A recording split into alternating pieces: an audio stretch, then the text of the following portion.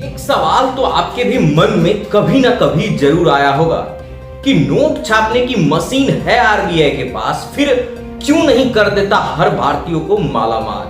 अब देखिए ना, दो देश ने तो ऐसा किया भी है। अब आपको आगे बताएंगे कौन थे ये दो देश और उनका क्या क्या हुआ। देखिए, रिजर्व बैंक ऑफ इंडिया यानी आरबीआई अगर ज्यादा नोट छाप दे तो क्या होगा, सोचने वाली बात है। ये भी एक सवाल है। देखिए, नोट छापना आसान है लेकिन इससे गरीबी खत्म नहीं होती।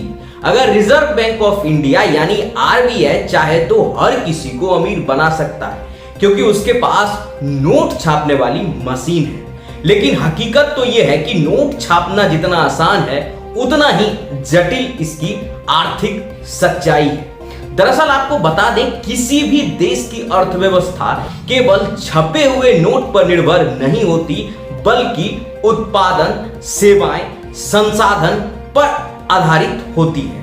अगर बिना वजह नोट छापे जाए तो बाजार में पैसे की मात्रा तो बढ़ जाएगी लेकिन वस्तुओं और सेवाएं उनके अनुपात में नहीं बढ़ेगी। इसे ऐसे समझा जा सकता है कि बाजार में पैसे की आपूर्ति बढ़ जाएगी लेकिन चीजें सीमित रहेगी तो उसकी कीमतें बहुत बढ़ जाएगी। इसे ही महंगाई का इन्फ्लेशन कहते हैं। अगर हालात बेकाबू हो जाए तो इसे हाइपर इन्फ्लेशन में बदल जाता है। जहां पैसे का कोई मूल्य नहीं होता, हाइपर इन्फ्लेशन का मतलब होता है इतनी तेज महंगाई कि एक रोटी या ब्रेड खरीदने के लिए हजारों लाखों रुपए खर्च करने पड़े।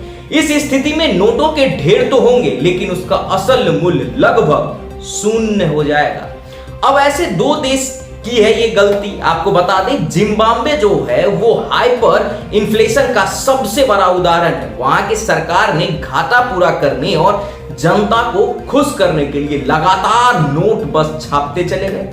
धीरे धीरे हालात इतने बिगड़ गए कि वहां $100 ट्रिलियन का नोट छापा गया लेकिन उससे एक ब्रेड भी नहीं खरीदा जा सकता था। वहीं एक समय वेनेजुला तेल निर्यात से अमीर देशों में गिना जाता था। लेकिन 2024 के बाद जब अंतरराष्ट्रीय बाजार में कच्चे तेल की कीमतें गिर गई तो वेनेजुला की कमाई लगभग बंद हो गई। सरकार के पास योजनाएं चलाने के लिए भी पैसे नहीं बचे। जिम्बाब्वे और वेनेजुला ने साबित कर दिया कि सिर्फ नोट छापने से गरीबी दूर नहीं होती। विकास तब होता है जब देश का उत्पादन, संसाधन और सेवाएं बढ़े। ज्यादा नोट छापने से उसकी वैल्यू गिरती जाएगी और आम जनता को ही इससे सबसे ज्यादा नुकसान उठाना पड़ेगा। तो नोट छाप लेना बहुत आसान है। लोगों के मन में ये भी सवाल रहता है कि अपनी ही तो सरकार है, अपनी ही तो बैंक है, सबको करोड़ों करोड़ों रुपए बांट दिए जाए। लेकिन इससे क्या होगा कि देश की अर्थव्यवस्था खराब हो जाएगी।